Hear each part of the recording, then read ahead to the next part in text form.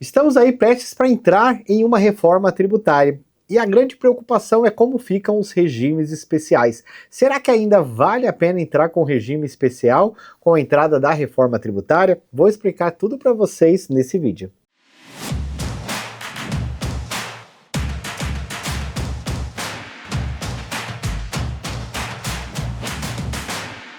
Galera, está sendo muito falado aí sobre os regimes especiais quanto à reforma tributária. E eu vou explicar tudo isso para vocês aqui, sobre o meu posicionamento e sobre o que nós estamos acompanhando sobre esse assunto. É um assunto delicado porque envolve custos nessa questão de regime especial e tem que ser muito bem avaliado para saber quanto tempo de ganho aí que teria por conta da reforma tributária.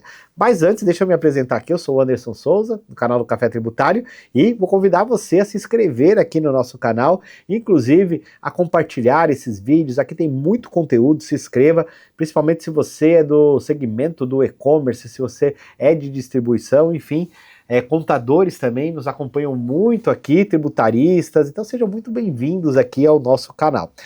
O grande ponto aqui, galera, que eu quero falar para vocês é o seguinte: regimes especiais, essa é uma incógnita, tá? Que é uma dúvida mesmo que nós temos de como isso vai ficar aí no futuro com a reforma tributária. Eu vou falar para vocês muito sobre a minha opinião pessoal, tá? Por quê? Porque isso ainda não está definido dentro da reforma tributária.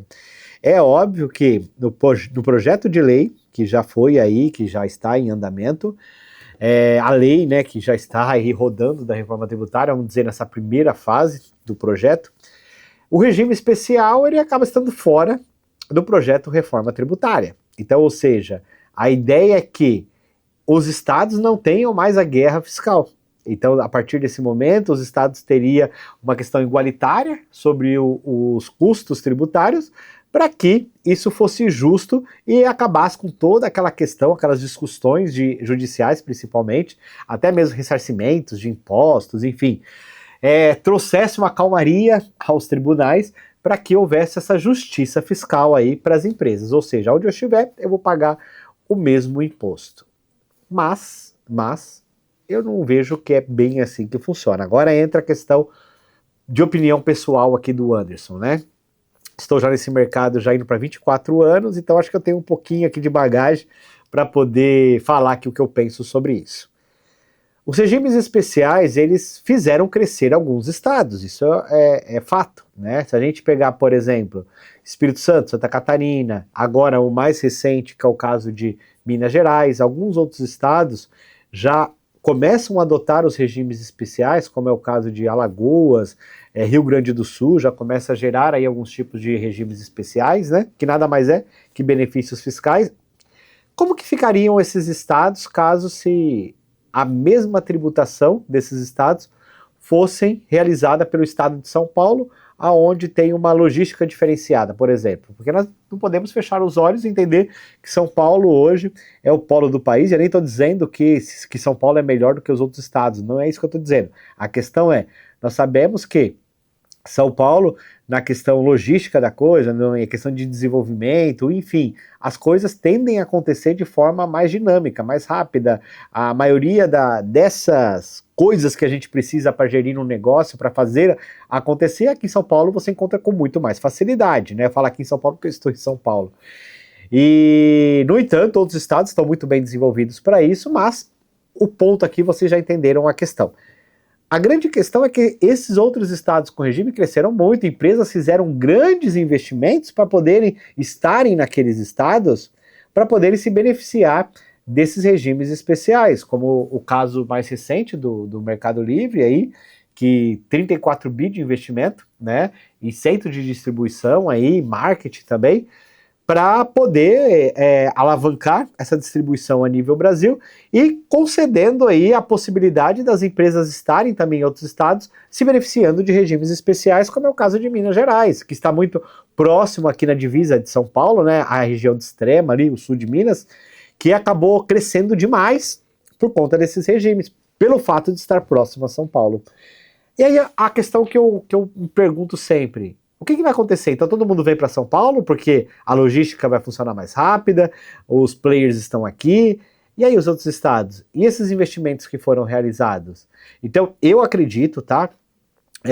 Pela minha experiência, que vai haver algum nível de diferenciação, sim, entre os estados, até porque esses estados cresceram, esses estados investiram, as empresas investiram nesses estados, então eu entendo que isso vai acontecer de forma ainda que não está escrita, vamos dizer assim, ainda vai ser planejado esse ponto, por mais que hoje nós falamos que regime especial acabou. Se você começar a pensar no futuro, na questão que não vale a pena agora, eu acho que é um tiro no pé, tá? Por quê?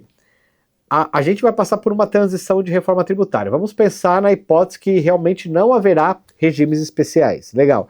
Nós vamos passar por algumas fases aí do projeto. 2026 os testes, 2027 a inserção, 2033 o fim da reforma tributária. Então nós estamos falando que até 2033 nós vamos estar trabalhando com os dois regimes. Então até 2033, que é onde finaliza a transição do IBS, que é o nosso atual ICMS, nós estamos falando que nós vamos levar aí praticamente 7 anos.